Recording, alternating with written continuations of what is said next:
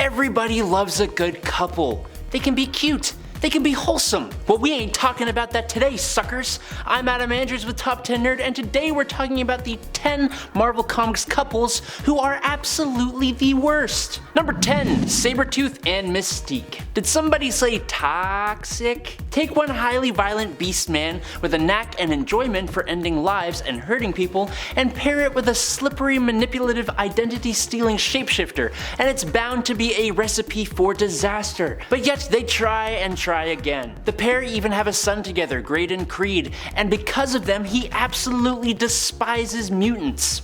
Way to go, Mom and Dad. Their relationships together almost always include some kind of mental or physical torment, and I hope to the one above all that no one has these two as their couple goals. Number 9, Cyclops and Madelyn Pryor. So you're Cyclops, right?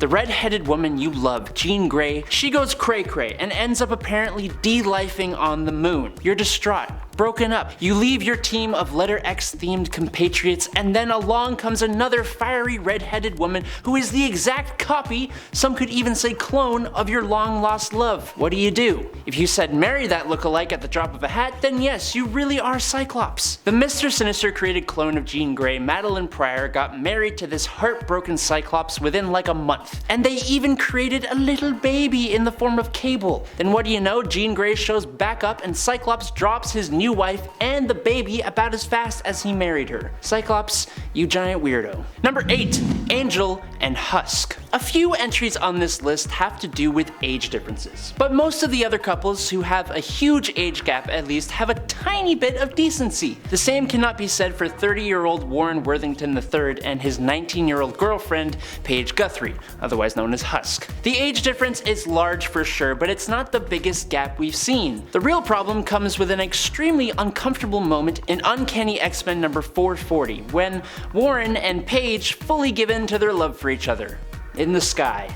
In front of Paige's mom, who Warren was just explaining the situation to. It's awkward as hell, and then to make it kind of more hilarious / worse, the bad guys show up on the ground while they are mid-air sans clothing. Whole new meaning to PDA right there. Number 7, Hawkeye and Mockingbird. With the inclusion of Clint Barton's family in the MCU, non-comic book fans might be surprised to know that his family wasn't really a thing in the comics, not until the Ultimate Universe version of the character came around. The MCU Hawk family may be an attempt to get away from the awful couple of Hawkeye and Mockingbird, which honestly sort of seems like a cheap way of capitalizing on the Green Arrow and Black Canary coupling that DC had going on. But these two were nowhere near as compatible as the DC counterparts. The best example of that would be the whole thing surrounding a guy called Phantom Rider. Mockingbird is caught and physically mistreated by Phantom Rider, and she eventually gets her revenge, taking the Rider's life. Now Hawkeye, instead of supporting his traumatized partner, is scared off by the fact that she de-lifed her assailant,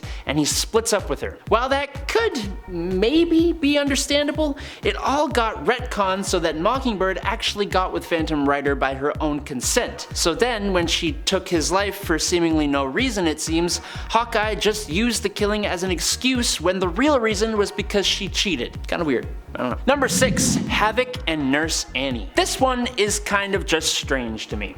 For starters, this relationship is based on nothing other than a nurse doing her job. When the mutant Havok was put into a coma, his nurse, Annie Gazikanian, whose name I think I utterly butchered and who I shall now refer to as Nurse Annie, was the one who cared for him. During the time she was caring for Alex Summers, she actually fell in love with him and even moved to the Xavier Institute to continue that care. I should also add, Nurse Annie was particularly anti-mutant, being pretty passive-aggressive at times with that sentiment too. So it was interesting that when the Summers brother came back too, he reciprocated the love that this nurse imparted on her unconscious patient. So much so that he even left his fiancée, Polaris, a fiancée whom he had a great relationship with that no one had a problem with, who is the daughter of an incredibly powerful mutant, Magneto. A fiancée who he not only left, but left at the altar to pursue a relationship with a mutant disliking nurse who even occasionally went about kissing Bobby Drake. Can you imagine how long Havok and Nurse Annie lasted?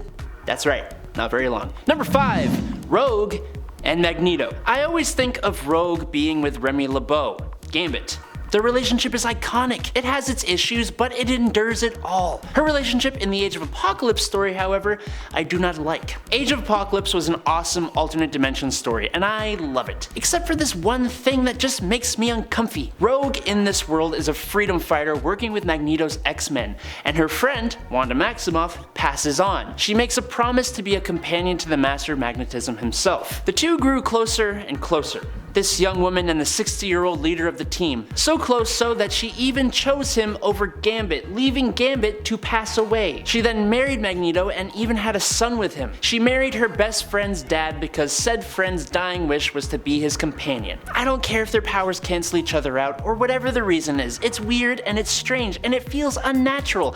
And I ain't here for it, people. I ain't here for it. Number 4, multiple Man and Siryn. How can you trust a man who can be in multiple places at once? That's honestly all I should have to say, but for context on why you actually can't, the mutant Jamie Madrox, otherwise known as Multiple Man, was in a relationship with the daughter of Banshee, Teresa Cassidy. And one fateful night he got much too intoxicated, and using his abilities he was able to have conjugal experiences with both his wife and another woman, their teammate Monese Croix, or M, at the same time. And then he completely forgot which one he had been with. For some reason, Teresa forgave him, but then she got pregnant, with the baby turning out to just be another multiple of Jamie, who was then reabsorbed back into Jamie's body.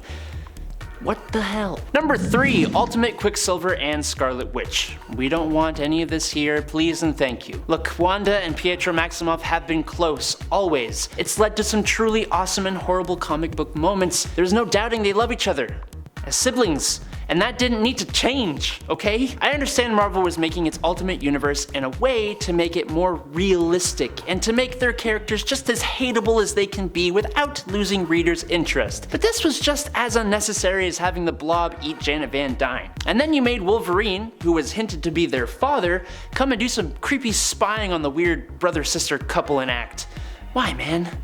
Why? Number 2, Ant-Man and the Wasp. Probably the only relationship on this list that actually ended a comic book character's comic book career. This relationship was bad from the beginning, and that can largely land on Hank Pym's increasingly tiny shoulders. Or large shoulders if he's growing, I don't know. From the moment comic book fans saw him strike his wife and partner, Janet Van Dyne, there was no real saving him. Comic book sales for Ant-Man even took a dip after it happened. Just take the fact that he actually kidnapped her to try and get the relationship to marriage in the first place, and the fact that it worked, and you gotta know this is a bad duo. Sure, Hank Pym has a whole host of mental problems that leads to his codependency and the psychological and physical mistreatment he inflicts on his on-again, off-again lover. But the Wasp, she should absolutely know better than to stay with this lunatic. And in at number 1 is Norman Osborn and Gwen Stacy. This is 100% the creepiest entry on this list, and I don't care who you are